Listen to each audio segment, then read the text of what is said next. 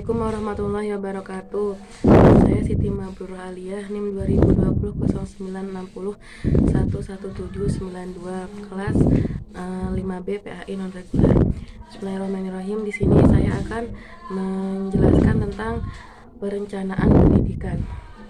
Pengertian perencanaan. Perencanaan adalah suatu kegiatan untuk menetapkan aktivitas yang berhubungan dengan jawaban pertanyaan 5W1H, yaitu apa, what yang akan dilakukan, mengapa, why hal tersebut dilakukan, siapa, who siapa yang melakukannya, di mana, where melakukannya, kapan, when dilakukan, dan bagaimana, who melakukannya.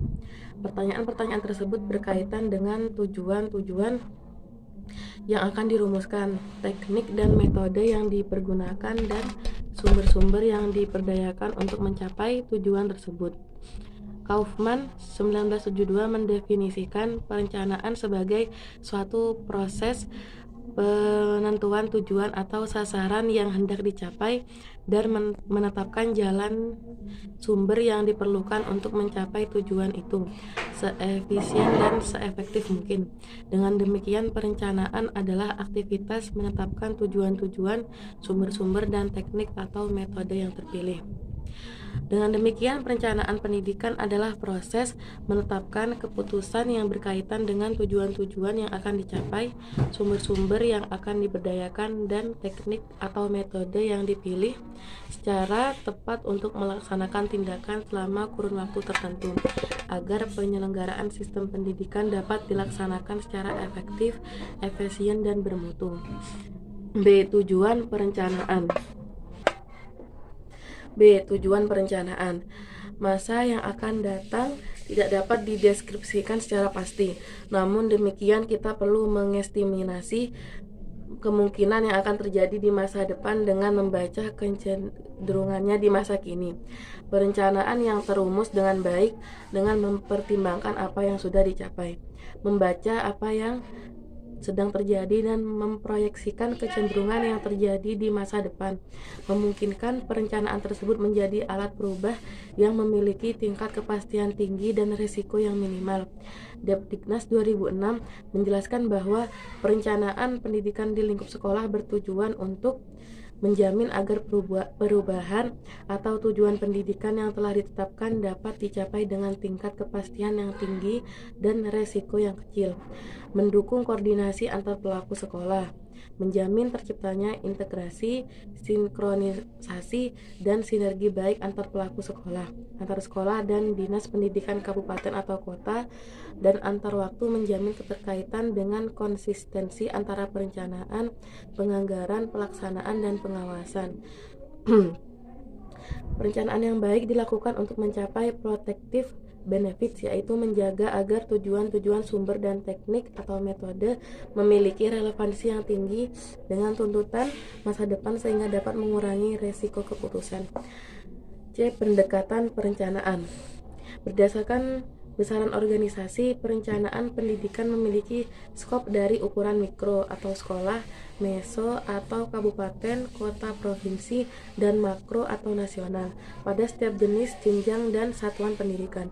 Dalam perumusannya, perencanaan pendidikan dapat menggunakan pendekatan perencanaan tenaga kerja, pendekatan permintaan sosial, pendekatan nilai baik, dan pendekatan biaya efektivitas.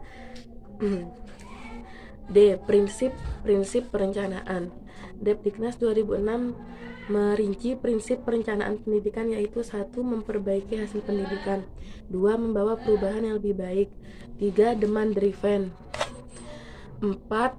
Menyeluruh, 5. Keterkaitan dengan RPS atau Rencana Pendidikan Dinas Provinsi, Restrada, Repetada, dan sebagainya, 6. Partisipasi, 7. Keterwakilan, 8. Data driven, 9. Realistis sesuai dengan hasil analisis SWOT, 10. Mendasarkan pada hasil review dan evaluasi, 11. Keterpaduan, 12. Holistik atau tersistem, 13. Transparansi, dan 14. Keterkaitan serta kesepadanan dengan rencana-rencana instansi yang terkait. Jenis dan lingkup perencanaan. Jenis perencanaan menurut Jam'an Satori 1999 adalah terdiri atas 1. Perencanaan dimulai pada tingkat organisasi yang paling atas ke bawah. 2. Perencanaan dimulai pada tingkat organisasi yang paling bawah ke atas. 3. Diagonal horizontal planning. 4. Rolling plan. 5. Gabungan top down dan bottom up planning. 6. Perencanaan strategis. 7. Perencanaan operasional. F. Tahapan perencanaan. Tahapan yang dikembangkan Bang Hart dan Trull 1973 adalah 1. Persiapan perencanaan, yaitu menentukan masalah perencanaan pendidikan.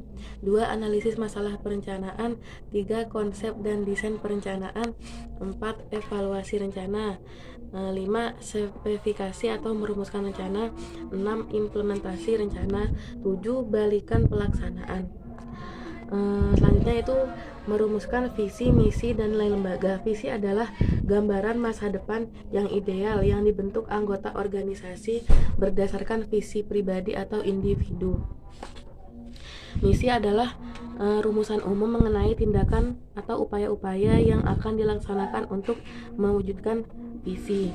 Misi yang jelas akan sangat membantu pencapaian hasil yang efektif, bermutu, akuntabel, dan mampu memberikan kepuasan masyarakat. Nilai menjelaskan bagaimana cara kita melakukan tugas masing-masing untuk mencapai misi organisasi. 2. Analisis lingkungan strategis. 3. Faktor-faktor kunci keberhasilan. 4. Tujuan dan sasaran.